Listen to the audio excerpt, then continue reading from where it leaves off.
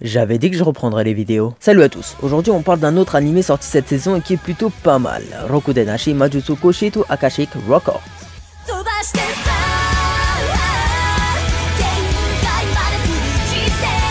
Donc, Rokudenashi est à la base un light novel de Taro Itsuji. Il a été adapté en manga en 2015 puis en animé ce printemps 2017. C'est des studios Liden Film et ça fera normalement 12 épisodes. Résumé rapide. Alors ça se passe dans un lycée, je crois, enfin comme 90% des animés, mais attention pas n'importe quel lycée, parce que dans celui-là on pratique la magie. Comme 60% des animés. Par la suite, on découvre deux étudiantes, puis Glenn, notre pépé, personnage principal, qui se fera envoyer en l'air 2 fois avant que les deux étudiants n'apprennent qu'il deviendra leur pépé professeur principal. C'est différent. Professeur principal qui préférera plus glander que faire court. Et ça va énerver nos élèves, évidemment. Évidemment, la sorte de déléguée, enfin, je crois, va vouloir se faire justice elle-même en défiant son pépé. Ah, attention, professeur principal. Et personnage principal. Tu l'as pas vu venir celle-là. Ça devient vraiment de la merde mes résumés. Et encore, vous avez même pas vu le prochain, casse-toi.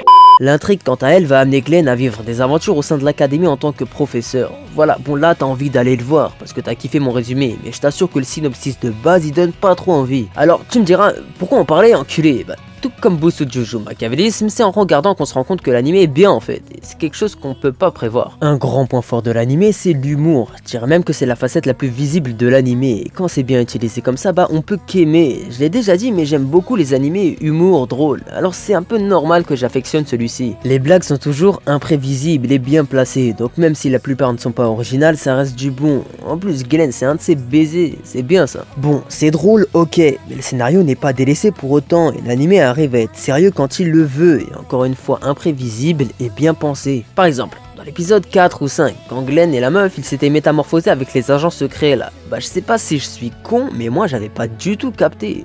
C'est bien. Pour ce qui est des personnages, ils sont pas tellement nombreux, mais ça va, ils se démarquent par leur personnalité en quelque sorte. Je fais notamment allusion à notre pote portugais.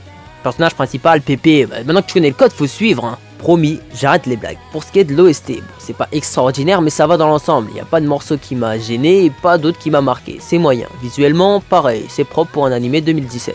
Donc pour conclure, c'est pas un incontournable mais je te le recommande grandement parce que quand même il y a matière à faire un bon truc. C'est mon instinct de roi qui te dit, tu peux y aller. Bon, je vais pas vous retenir plus longtemps aujourd'hui, vous devez déjà en avoir marre de moi. En tout cas, je vais essayer de faire plus de vidéos, ne vous inquiétez pas, même si ça va être dur en ce dur mois de juin.